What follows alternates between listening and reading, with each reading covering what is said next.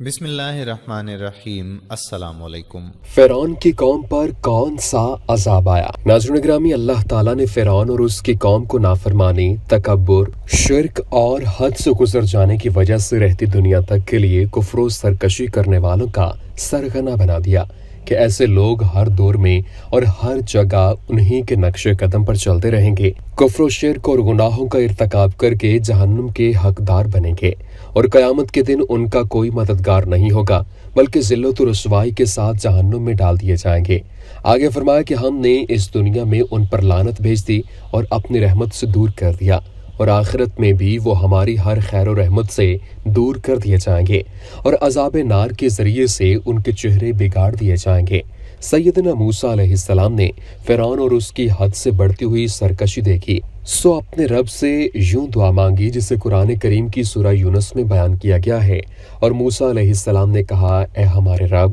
بے شک تو نے فرعون اور اس کے سرداروں کو دنیا کی زندگی میں بہت سی زینت اور اموال عطا کیے، اے ہمارے رب، تاکہ وہ تیرے راستے سے گمراہ کریں، اے ہمارے رب، ان کے مالوں کو مٹا دے اور ان کے دلوں پر سخت گرہ لگا دے، پس وہ ایمان نہ لائیں یہاں تک کہ دردناک عذاب دیکھ لیں۔ فرمایا، بلا شبہ تم دونوں کی دعا قبول کر لی گئی، پس دونوں ثابت قدم رہو اور ان لوگوں کے راستے پر ہرگز نہ چلو جو نہیں جانتے۔ ناظرین گرامی، موسیٰ علیہ السلام نے دیکھا کہ ان کی ہزار کوشش کے باوجود فرعون اور اس کے سرداروں کے تکبر و غرور میں کمی نہیں آئی، اور ان کا کفر و عناد بڑھتا ہی جا رہا ہے، اور ان کے ایمان لانے کی کوئی امید باقی نہیں رہی ہے۔ تو انہوں نے ان کے خلاف بد دعا کر دی اور کہا کہ اے ہمارے رب، تو نے فرعون اور اس کے سرداروں کو اس لیے تو اسباب زینت اور مال و دولت نہیں دی تھی کہ وہ لوگوں کو تیری راہ سے روکیں، اے اللہ، تو ان کی دولت کو تاراج کر دے اور ان کے دلوں کو سخت کر دے،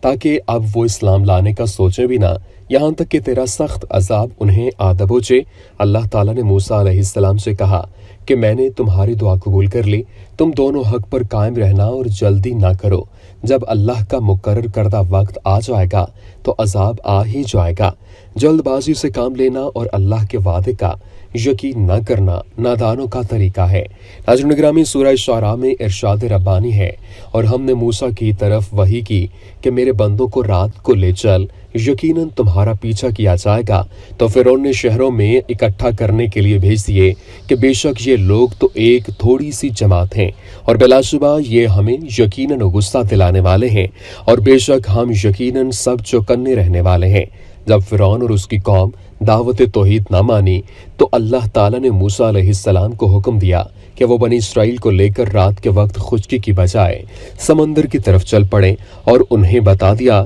کہ فرعون اپنے لاؤ لشکر کے ساتھ آپ کا پیچھا کرے گا، لیکن آپ آگے بڑھتے چلے جائیے گا، وہ لوگ آپ کو اور آپ کے ساتھیوں کو پکڑ نہیں سکیں گے۔ فرعون کو جب خبر ہوئی تو اس نے اپنی فوجوں کو اکٹھا کرنے کا حکم دیا، اور بنی اسرائیل کو ان کی نگاہوں میں کمزور ظاہر کرنے کے لیے کہا کہ ان کی تعداد ہی کیا ہے، ان کی حرکتوں نے ہمیں ناراض کر دیا ہے۔ فرعون نے کہا کہ ہم موسیٰ اور بنی اسرائیل کے مکر سے خوب واقف ہیں اور ان کے شر سے بچنے کے لیے چوکنے ہیں، اس لیے اے میری فوج کے جوانوں، چلو انہیں جلد از جلد جالیں اور گھیر کر واپس لائیں۔ ناظرین گرامی، چند ہی دنوں میں فرعون نے بنی اسرائیل کے تعاقب کے لیے ایک لشکر جرار تیار کر لیا۔ اس طرح اللہ تعالیٰ نے ان سب کو ان کی عیش و عشرت کی جگہوں سے نکالا اور پھر سمندر میں غرق کر دیا، جیسا کہ سورہ شعراء میں ارشاد ہوا ہے۔ تو ہم نے انہیں باغوں اور چشموں سے نکال دیا اور خزانوں سے اور عمدہ جگہ سے، ایسے ہی ہوا، اور ہم نے ان کا وارث بنی اسرائیل کو بنا دیا۔ اللہ تبارک و تعالیٰ نے فرمایا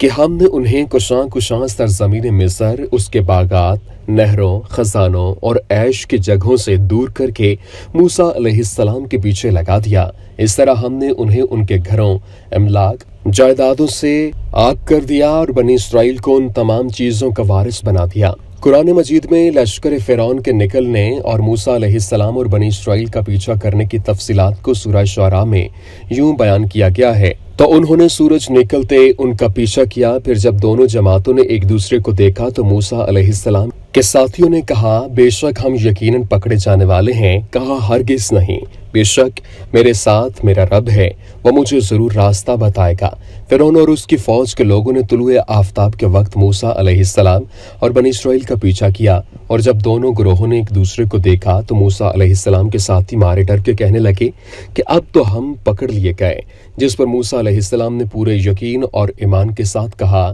کہ ہرگز نہیں، ایسا ہرگز نہیں ہو سکتا، میرا رب میرے ساتھ ہے اور وہ راہ نجات کی طرف میری رہنمائی ضرور کرے گا۔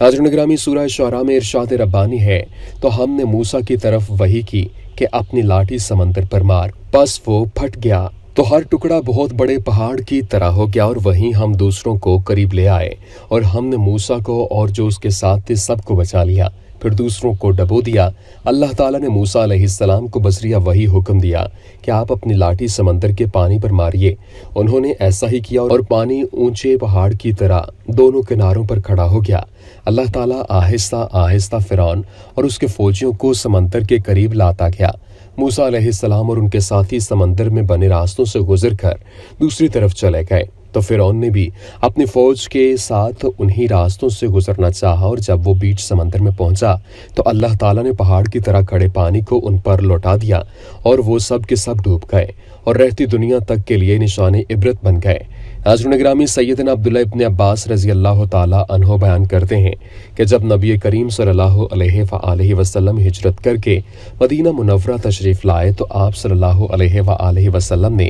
یہود کو دیکھا کہ وہ عاشورہ کے دن کا روزہ رکھتے ہیں۔ آپ صلی اللہ علیہ وآلہ وسلم نے پوچھا، یہ دن کیا اہمیت رکھتا ہے جس کا تم روزہ رکھتے ہو؟ انہوں نے کہا، یہ ایک اچھا اور عظیم دن ہے۔ اس دن اللہ تعالیٰ نے موسیٰ علیہ السلام اور بنی اسرائیل کو ان کے دشمن فرعون سے نجات دلائی تھی، اس لیے موسیٰ علیہ السلام نے اس دن کا روزہ رکھا تھا، اور ہم بھی اس دن کی تعظیم کرتے ہوئے روزہ رکھتے ہیں۔ حضور صلی اللہ علیہ وآلہ وسلم نے فرمایا، ہم موسیٰ علیہ السلام کے تمہاری نسبت زیادہ حقدار ہیں، تو آپ صلی اللہ علیہ وآلہ وسلم نے خود بھی اس دن کا روزہ رکھا اور صحابہ رضوان اللہ علیہم اجمعین کو بھی روزہ رکھنے کا حکم دیا۔ اسے صحیح بخاری میں روایت کیا گیا ہے۔ ناظرین گرامی، ایک ہی پانی کے ذریعے کسی کو بچا لینے اور کسی کو غرق کر دینے میں یقیناً بہت بڑی نشانی ہے، جیسا کہ سورہ شعراء میں ارشاد ہوتا ہے، بے شک اس میں یقیناً ایک نشانی ہے اور ان کے اکثر ایمان لانے والے نہیں تھے، اور بے شک تیرا رب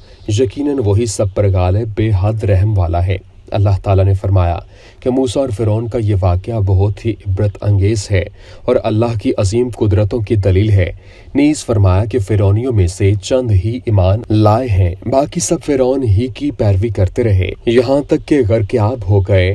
آخر میں حضور نبی کریم صلی اللہ علیہ وآلہ وسلم کو مخاطب کر کے فرمایا کہ آپ کا رب ہر حال میں غالب ہے اور اپنے دشمنوں سے ضرور انتقام لیتا ہے اور اپنے نیک بندوں پر رحم کرتا ہے اور انہیں تکلیف و مصیبت سے نجات دیتا ہے۔ دعا ہے، اے رب کریم مولا، اس وبائی آفت کا دنیا سے خاتمہ فرما، آمین یا رب العالمین۔